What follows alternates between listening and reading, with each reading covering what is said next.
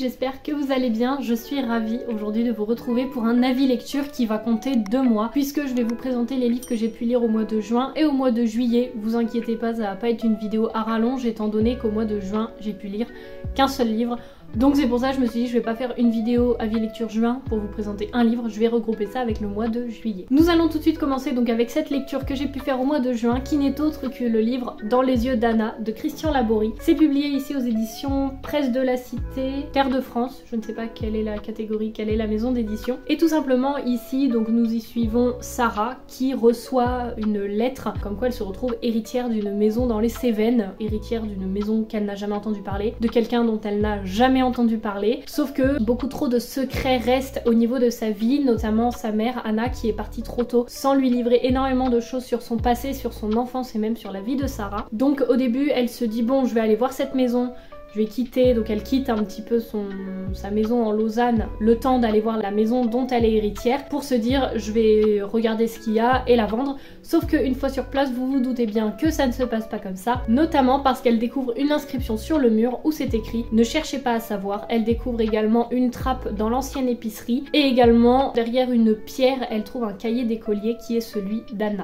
Sarah se retrouve alors plongée de 1920 jusqu'à 1943 au travers des rafles, au travers de la guerre, au travers de tout un passé dont elle avait vraiment méconnaissance et dont elle va apprendre énormément de choses donc sur sa mère mais également sur elle. C'est une histoire que j'ai adorée. Déjà vous avez compris un petit peu avec le résumé que c'est une double temporalité. Personnellement j'ai appris aussi beaucoup de choses sur la guerre, notamment par rapport aux rafles, comment c'était annoncé officieusement et officiellement, enfin comment c'était annoncé officiellement alors que finalement ça s'est passé. Alors je ne sais plus exactement le terme, mais je crois que c'était les billets verts, la rafle des billets verts, et du coup on apprend vraiment ce moment là et je trouve que c'est hyper poignant parce que du coup on y suit la famille d'Anna qui vit ce moment avec ce truc de est-ce que je me présente, est-ce que je me présente pas, en même temps c'est juste pour voir un petit peu faire un recensement, donc on craint rien, officiellement c'est ce qui est dit évidemment, mais également comment des adultes ont pu mettre en péril leur vie afin de sauver des enfants et comment ces enfants ont pu se construire, vivre leur adolescence au travers de tout cela, au travers de ce fond de guerre qui est omniprésent, mais tout en essayant de garder cette insouciance de l'enfance. Vraiment c'est une histoire qui était absolument magnifique.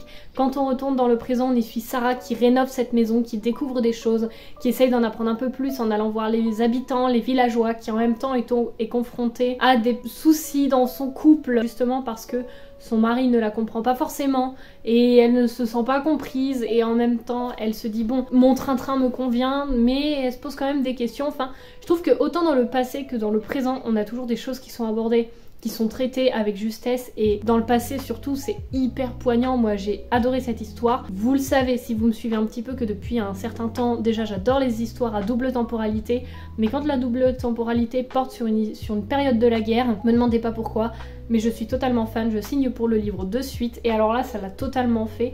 Je ne sais même plus où je l'ai récupéré, celui-ci, je crois que c'est une de mes tantes qui me l'a passé. Et franchement, c'était une superbe découverte, je crois que j'avais les larmes aux yeux en lisant, enfin c'était hyper poignant, on est avec les personnages, on vit avec eux les moments de l'histoire. Et justement de voir à quel point la connaissance d'un passé peut changer notre présent, notre façon de voir les choses, mais également peut-être la rancœur que l'on a envers une personne dont finalement on ne sait pas tant de choses que ça, et quand on apprend à connaître un petit peu ce qu'elle a vécu, on se dit... Et franchement c'était une très très belle histoire que j'ai adorée. Donc si vous voulez une double temporalité, une autre, parce que j'en présente quand même pas mal je trouve, enfin j'en ai quelques-unes dans ma pile à lire, mais c'est vrai que c'est quand même un genre que je vous présente assez régulièrement. Donc si vous voulez une double temporalité, avec une question d'héritage, d'un carnet retrouvé, de secrets de famille, d'une maison qu'on rénove, etc. Franchement, mais foncez parce que celui-ci est absolument merveilleux. Alors maintenant, nous allons passer à celui qui a fait que je n'ai lu qu'un livre au mois de juin. C'est tout simplement un roman où je l'ai fait traîner quasiment pendant 1 mois et à la fin, j'ai abandonné.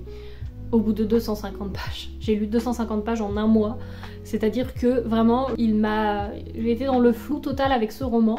Et j'ai décidé de me rendre à l'évidence qu'il n'était pas fait pour moi. C'est L'homme qui parlait à la nuit de Mira Jacob aux éditions Actes Sud, et pourtant je vous l'ai présenté dans ma pile à lire d'été, je vous l'ai présenté il y a de nombreuses années. Ça fait longtemps que j'avais envie de le lire, il me donnait super envie. Où en fait on y suit Amina qui est aux États-Unis, et lorsqu'un soir sa mère l'appelle, elle comprend que quelque chose ne va pas. Donc c'est écrit depuis 3 jours et 3 nuits. Son père, un neurochirurgien reconnu, est assis sous le porche de leur maison et parle sans discontinuer.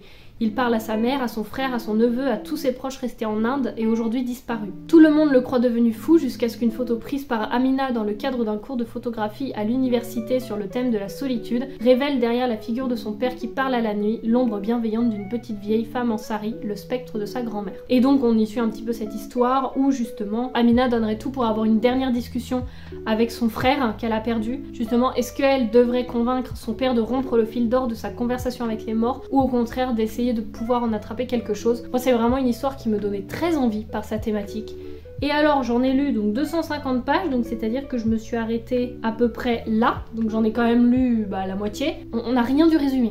On n'a rien du résumé, on a juste le père qui est un peu bizarre, est un peu dans ses pensées. Mais alors on a des trucs qui ne m'ont pas du tout intéressée, parce que Amina fait des études de photographie, ça on l'a compris, donc elle est photographe. Enfin, elle a fini ses études et elle est photographe. Et on a souvent des flashbacks de quand elle est petite avec son frère. Il y a des choses qui se développent qu'on sait que ça va impacter par la suite le reste de l'histoire. Mais 250 pages pour nous raconter un petit peu son enfance rapidement, parce qu'après on passe sur des...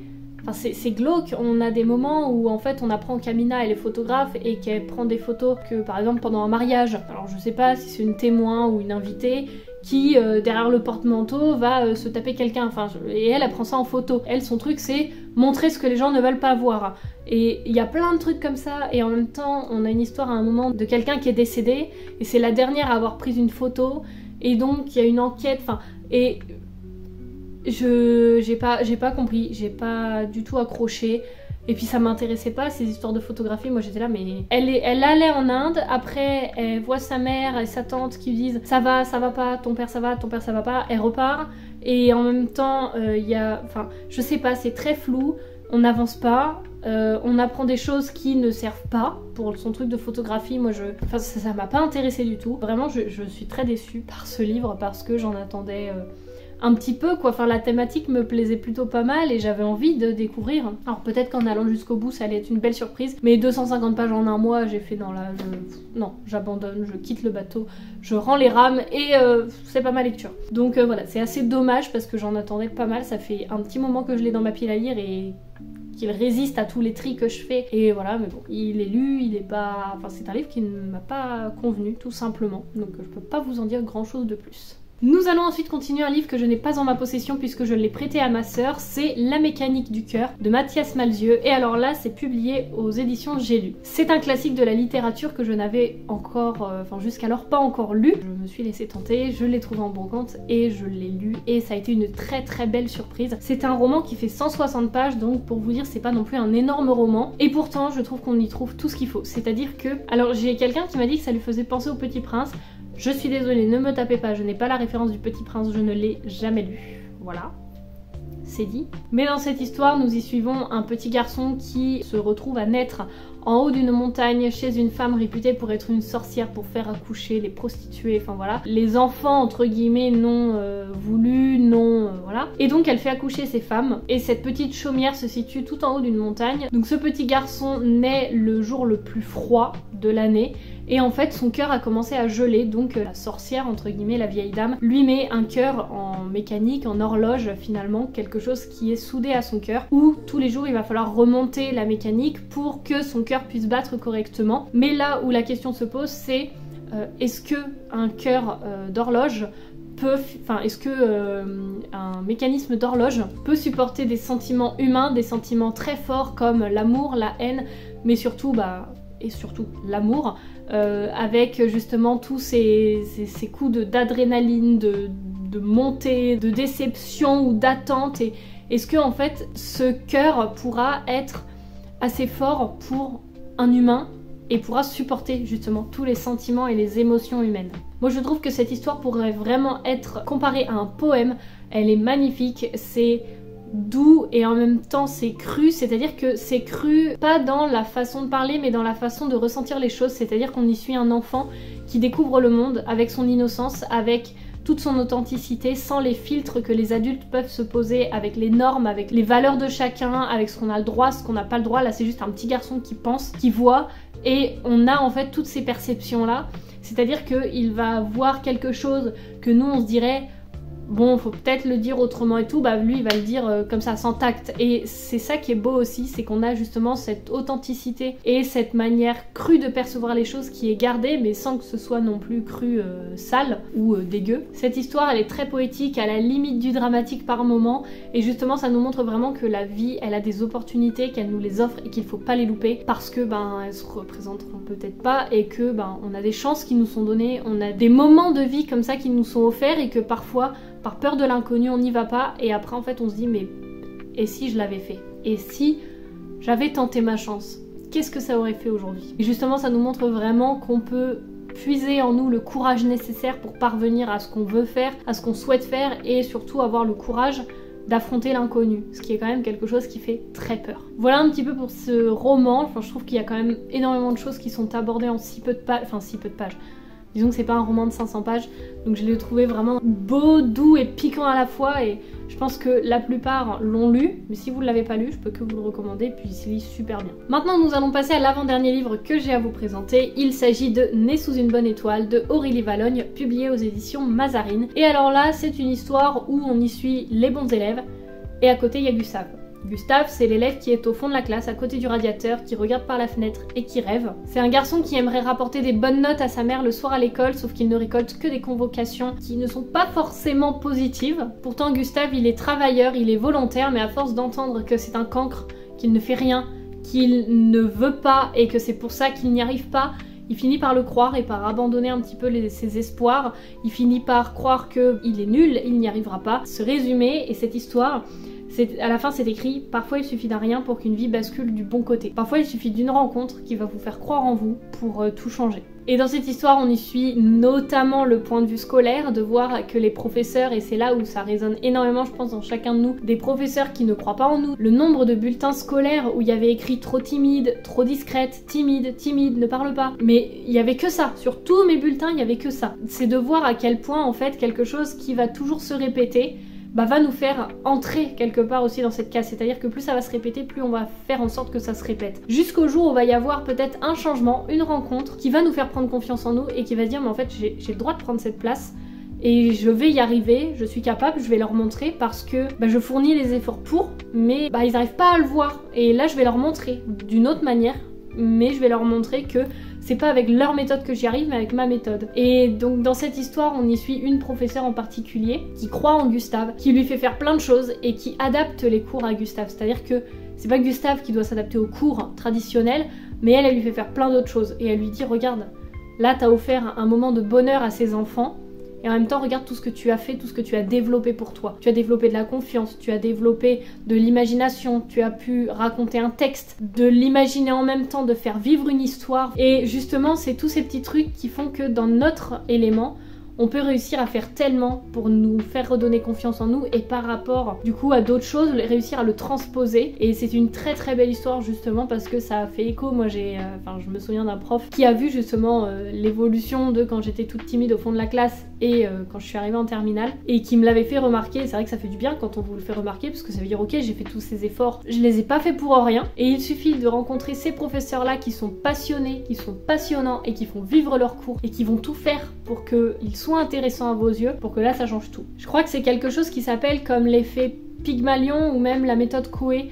c'est-à-dire que tant qu'on va vous répéter quelque chose, enfin en fait je crois que la méthode Pygmalion, l'effet Pygmalion, c'est, si je me trompe pas, on prend, ça a été des tests réels qui ont été réalisés, où tout simplement ils ont pris une partie de la classe, enfin des élèves qui avaient le même niveau scolaire. Et pendant une année, ils ont dit à quelques élèves, vous êtes super forts, vous y arrivez super bien, et à d'autres, vous y arrivez pas, vous êtes nuls, vous y arrivez pas. Enfin, grosso modo. Et en fait, on voyait tout au long de l'année les élèves qui étaient tout le temps valorisés, qui réussissaient, mais super bien à l'école, et les élèves qui n'étaient pas valorisés, et au contraire, où on leur rabâchait, t'es trop comme ça, tu y arrives pas, tu fais pas assez ça, tu fais pas assez ça, et qui se persuadaient du coup qu'ils n'y arrivaient pas, qu'ils étaient nuls, et que inconsciemment, en fait, ils baissaient, pas leur moyenne, mais vous voyez, en fait, vraiment, il y avait un écart qui se creusait par rapport à des enfants qui étaient au même niveau, qui avaient les mêmes compétences, les mêmes capacités, et de voir justement à quel point, pour un enfant en plus, un regard adulte est important, et la manière dont ce regard est porté, et c'est ça en fait, tout simplement, qui est abordé dans cette histoire. Aurélie Valogne, encore une fois, a su attraper capté un petit peu ce qui est super important de voir dans une histoire et a su nous le transmettre et c'était très beau. Franchement, je peux que vous le recommander, même si c'est pas celui qui m'a le plus plu de cet auteur. C'est un de ceux que je pense je retiendrai et qui sort du lot. Et nous allons terminer avec le dernier livre qui n'est autre qu'encore une double temporalité. C'est Ceux qui voulaient voir la mer de Clarisse Sabart, publié aux éditions Pocket. Et alors là, on y suit Lilou qui est une mère célibataire avec son fils. Elle décide de reconstruire un petit peu sa vie, d'acheter un appartement, je crois, ou de le louer, enfin je sais pas trop, mais elle déménage. Et elle rencontre une vieille femme qui se nomme Aurore, qui tous les jours attend sur le même banc. À un moment, elles se mettent à discuter, à échanger, parce que voilà, il y a un moment quelque chose qui fait qu'elle rentre en communication et elle lui demande mais pourquoi vous attendez si c'est pas indiscret tous les jours ici? Et Aurore lui répond parce que j'attends mon amour qui doit me rejoindre. D'accord, mais ça fait combien de temps qu'il doit vous rejoindre? Bah ça fait 70 ans. Et Aurore y croit toujours. Aurore l'attend toujours. Et donc Lilou va se passionner un petit peu pour cette histoire, de se dire mais c'est quoi ce truc? Il se passe quoi? Pourquoi ça fait 70 ans qu'il l'attend, enfin qu'elle l'attend? Et donc on se plonge bien évidemment dans un récit de la guerre et juste de l'après-guerre, donc de la Deuxième Guerre mondiale, avec Aurore qui est une juive et Albert qui lui était dans une famille de fermiers qui a pu à un moment cacher Aurore chez eux, enfin les prendre avec eux pour s'en occuper. Et justement cette histoire d'amour a démarré à ce moment-là pendant la guerre et après au moment où Albert et Aurore était adolescent. Il y a eu à un moment une séparation qui ont fait qu'Albert a dû partir aux États-Unis. Il a promis à Aurore, une fois que je serai installée, que j'aurai un travail, tu pourras me rejoindre et tu viendras pour qu'on fasse notre vie ensemble, qu'on se marie et qu'on ait des enfants. Sauf que un jour les lettres, les correspondances se sont subitement arrêtées sans raison réelle pour Aurore, jusqu'au jour où bah voilà, il n'y a plus du tout de nouvelles et depuis ce temps-là, ça fait 70 ans qu'elle attend Albert. Quel est le secret? Pourquoi est-ce que Albert ne lui répond pas? Enfin, qu'est-ce qui s'est passé? Et donc c'est tout ça qu'on suit dans ce petit roman. Enfin, je dis petit parce que c'est un format poche, mais croyez-moi qu'il y a matière, il y a tout ce qu'il faut dans ce roman, encore une fois. Je l'ai adoré, c'était une histoire qui était très belle, très touchante, où on en apprend autant sur la vie de Lilou, forcément d'Aurore, mais également sur le passé d'Aurore. Et surtout, c'est une histoire de deuil. Alors, de deuil peut-être d'une situation, que ce soit par rapport à Lilou, c'est-à-dire de se reconstruire. Donc le deuil, la résilience, mais également la maladie qui est abordée. Et franchement, c'est une histoire mais qui est magnifique, que j'ai adorée, qui m'a mis les larmes aux yeux. Enfin, c'était beau, c'était pinçant et jusqu'à la fin, en fait, vraiment jusqu'aux dernières pages, on ne peut pas deviner ce qui se passe, vraiment. On ne peut pas et c'était beau et... Enfin, l'histoire était magnifique, elle était très touchante et moi je peux que vous la recommander. Enfin, voilà, si vous voulez une double temporalité, déjà lisez Clarisse Sabart, déjà, parce que tous ces romans, peut-être pas tous, mais moi j'en ai lu 2, j'en ai un autre je crois dans ma pile à lire d'elle et j'en ai 2 autres dans ma pile à lire et les 2 autres sont également des doubles temporalités. Donc si jamais la thématique vous intéresse, franchement mais foncez parce qu'il était génial. C'est pas un coup de cœur mais ça reste une excellente lecture. Donc voilà pour ce qui est de cette avis lecture, j'espère que cette vidéo vous aura plu, que vous aurez passé un agréable moment et que peut-être certaines de ces lectures auront pu vous intéresser, en tout cas je l'espère. N'hésitez vraiment pas à me faire un retour sur ce que vous avez pu lire déjà en ce premier temps d'été, parce qu'il reste encore tout le mois d'août, ce que vous prévoyez de lire, s'il y en a de ces livres que vous avez dans votre wishlist, dans votre pile à lire, que vous avez lu, que vous avez aimé ou pas, enfin n'hésitez vraiment pas à me faire un retour, ça me fait toujours très plaisir. En tout cas, encore une fois, j'espère que cette vidéo vous aura plu, que vous aurez passé un bon moment, et sur ce, moi je vous dis à la semaine prochaine pour la nouvelle vidéo, et d'ici là, je vous souhaite de très belles lectures. Salut!